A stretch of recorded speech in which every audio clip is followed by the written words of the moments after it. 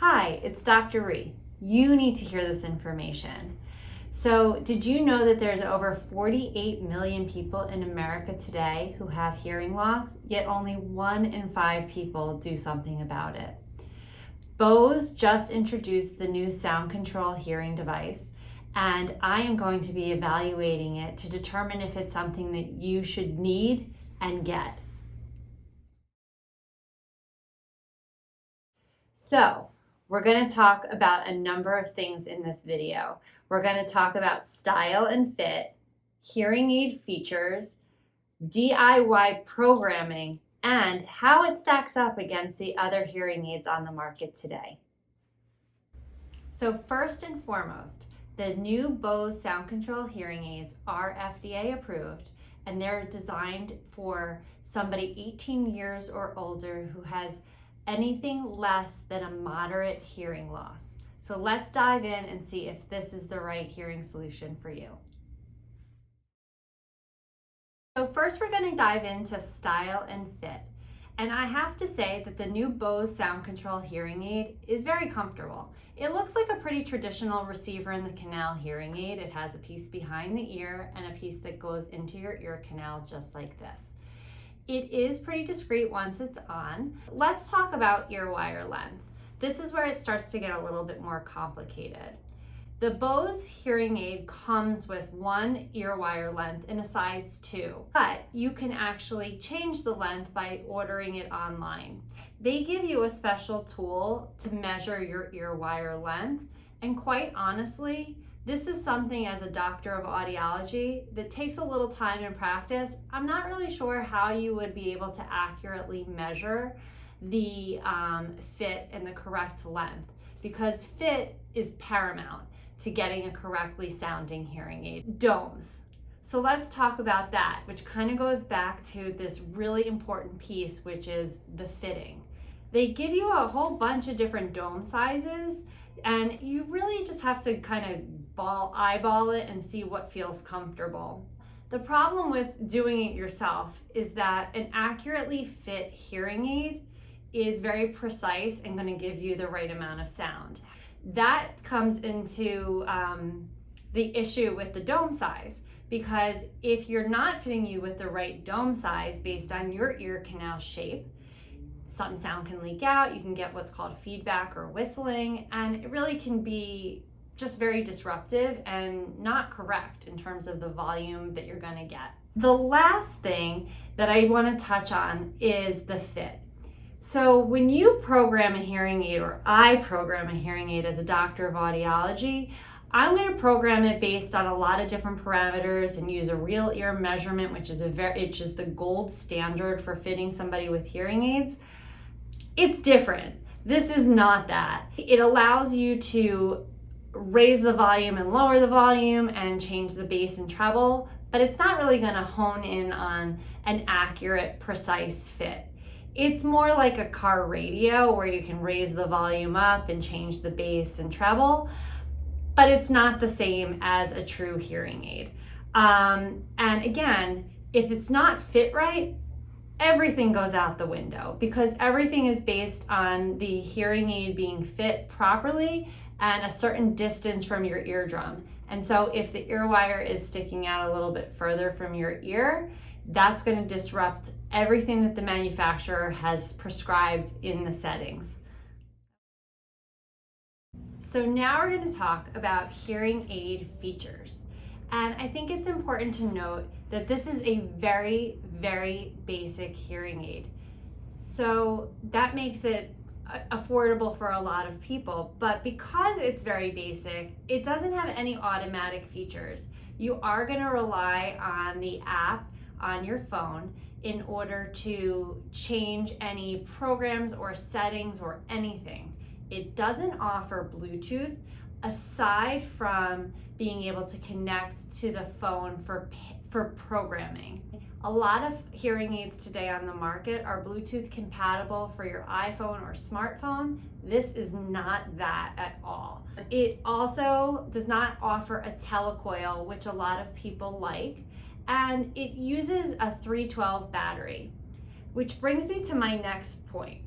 A 312 battery in a hearing aid is pretty dated because today most hearing aids are rechargeable, which again, in my opinion, a rechargeable hearing aid is just the way to go. It is so much easier than remembering to open and close the battery door every night and changing the battery at least once a week.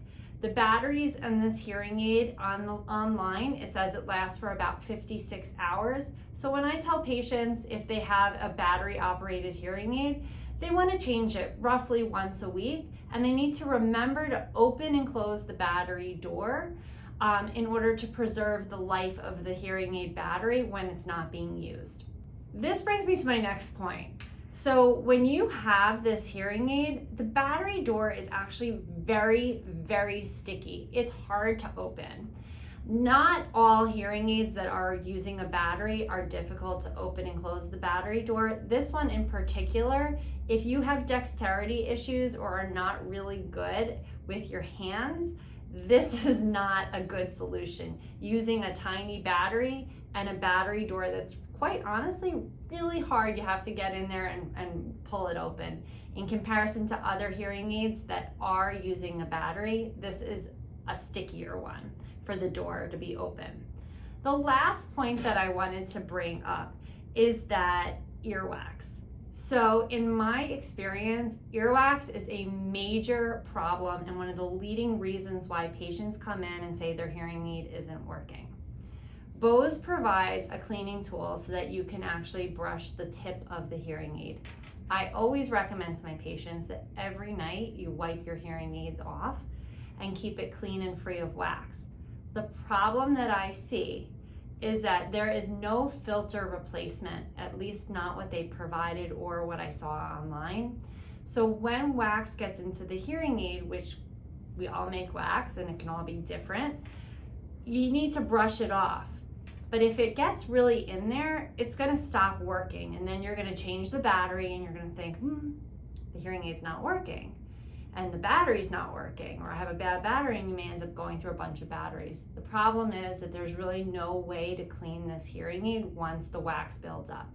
So unless you're gonna be vigilant about changing and wiping that hearing aid off every night, and you don't make a lot of earwax, that's gonna be a big problem for you. So now we're going to go over the DIY programming. This Bose SoundControl Hearing Aid is meant for a degree of loss that is designated as mild or moderate. So the first thing as a doctor of audiology that kind of makes me nervous is, how do you know without seeing a doctor what the degree of hearing loss you have is? This is a real concern, and I can't emphasize this enough. Having a proper hearing test and identifying what the nature and cause of your hearing is due to is so, so important. If you take this part and just do it online, you are setting yourself up for many issues down the road.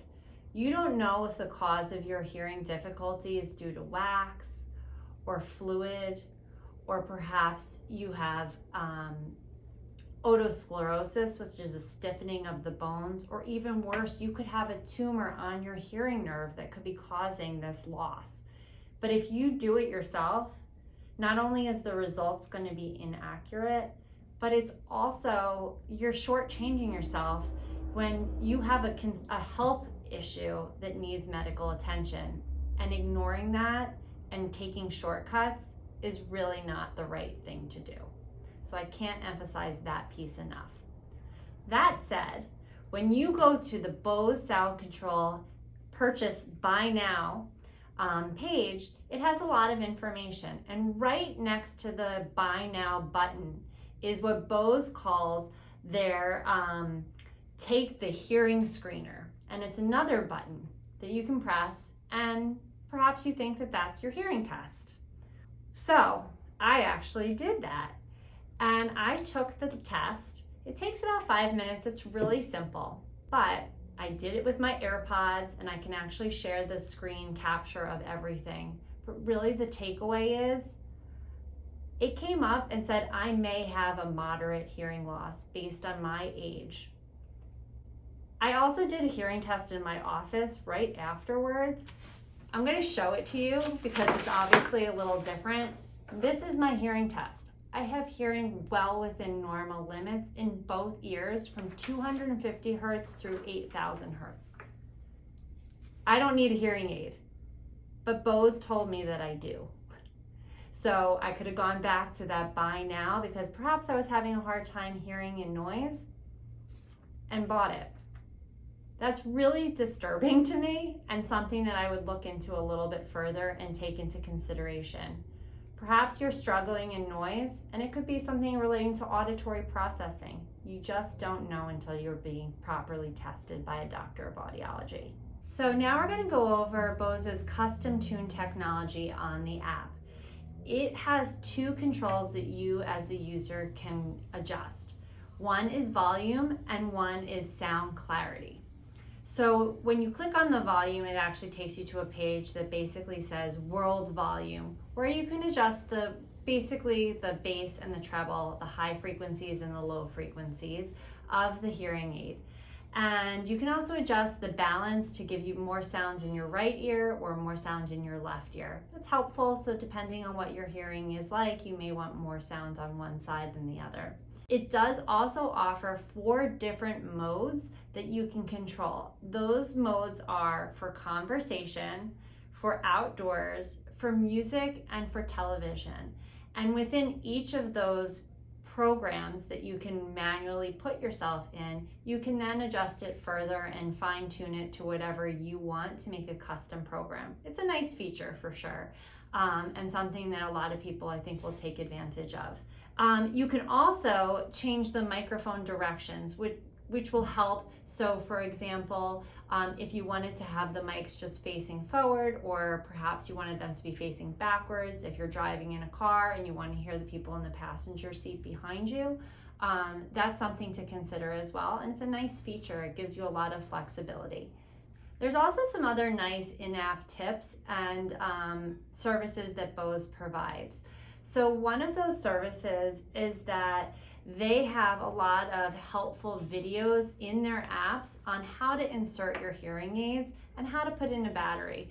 I actually love that, and that step-by-step video is actually really helpful because if you've never done it before, you're gonna feel like this part of your body, your ear, is totally foreign and alien. It is very awkward the first few times that you put a hearing aid in, and to get it right on the first try is not common. So having a guide to actually show you how to do that and hopefully have somebody with you who can also help you is a good tool for sure. So I'll also add that Bose is an international leader in sound. We all know what Bose is and where they are in the marketplace. They know sound quality. You get a pair of headphones, they're great. They sound good. So it makes perfect sense that Bose, being one of the leaders in sound, would enter this market because the FDA has basically deregulated the term hearing aids.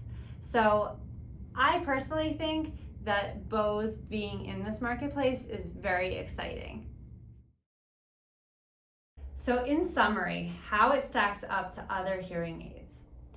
Bose is internationally known as a leader in sound.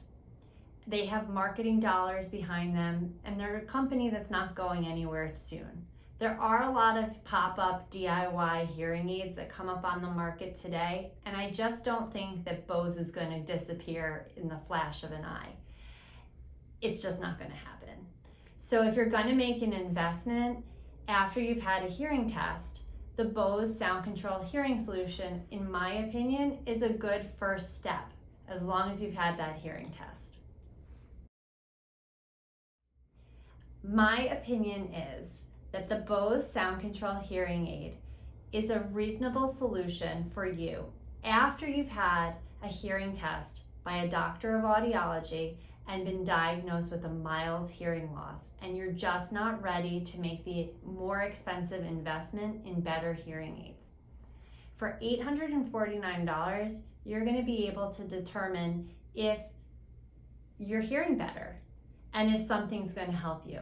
This may not be the perfect solution, but at the very least, Understanding what you've been missing is really important, and the only way to know that is to hear the difference.